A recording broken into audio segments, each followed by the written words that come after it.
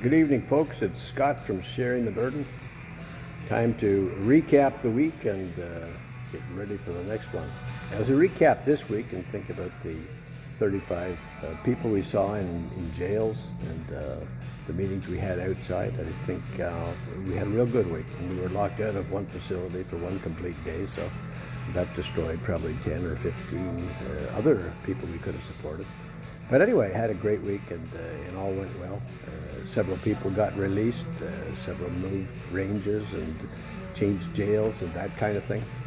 But a lot of action, and that's what I want to talk to you about today. You know, I think the secret to everything is to keep moving. You know, I've thought a lot about this, and I've thought about, my own life and, how I've got, brick or stone walled sometimes, and I kind of gave up and, sort of turned around and went back the other way.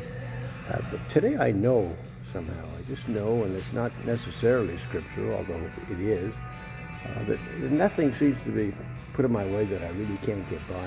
And the secret is to get by it, to keep moving, to keep in motion. And today I understand that everything is in motion. All your thoughts are in motion.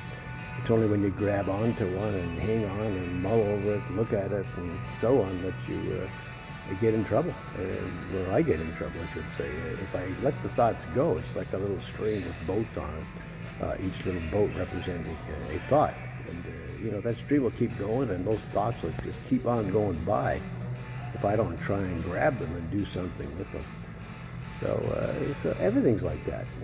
Everything that's inside us keeps moving, from the blood to the down to the cell, and everything that's inside a cell. Like, everything is in motion. It's always in motion. So I think the secret to life, or one of the big secrets, is to keep moving, and to know that no matter what that thing is that's put in front of you, you can get by it. Just keep on going, keep on moving, just keep on moving. And it works. It works for me. It works for other people who I talk to and who discuss this kind of thing. And we know it works. And folks, as we deal with people who, in many cases, are really, really, really hurting and absolutely need the most support possible. And that's what we do. We do that at Sharing the Burden. And I try and keep people up to date on the outside as to what's going on the inside. But it's a little difficult, but more often in there doing what I think I have to do than being outside talking about what it's all about. So I hope you'll bear with me as time goes by.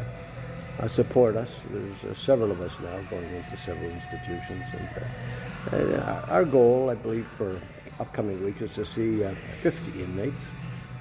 If we see 50 a week, we'll increase how many we've seen by probably 500-600 in this existing year in 2019. So we had about 2,000 face-to-face visits with inmates last year, and I was excited about that when I started thinking about the numbers.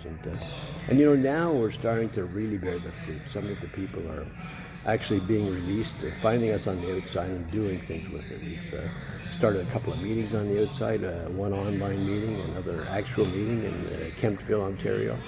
We've got several, especially ladies who we visit to support in the ladies' jail, are really getting excited about coming on the outside and doing different things. So I had the opportunity this week to spend a little time with one of the ladies who spent some time inside, and just being able to, to reminisce, but also more importantly, just to be with people outside who you've been with on the inside, and that's exciting.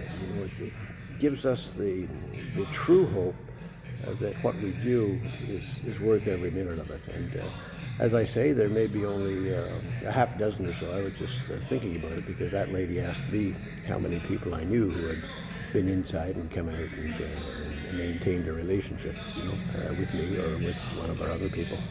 And I thought 4 or 5, but I thought more about it, and I think it's closer to 10. So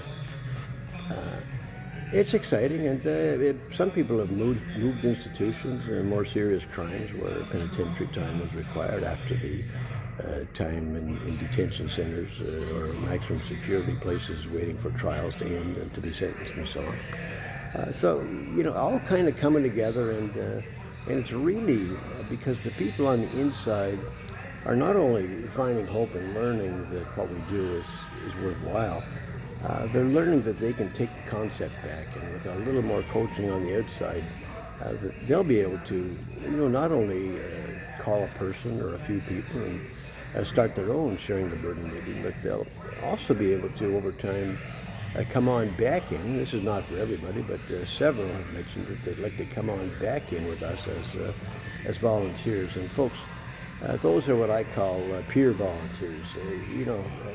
They know about the diseases and the illnesses and the mental anguish that goes with being incarcerated, and they also, for the most part, know of addiction.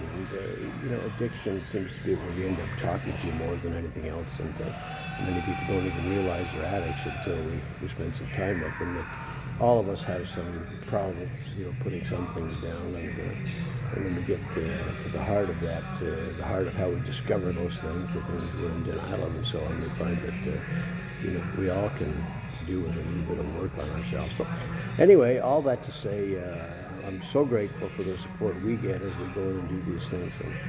And I hope and pray that you come together with us, support us, get involved with us in any way, and if you happen to be deep-pocketed, we can use some support that way too, so we can afford to get more people to the different jails and to feed them when they're out of town for a little while, that kind of thing. So anyway, friends, appreciate everything you do, and God bless you all. Have a great weekend, great long weekend.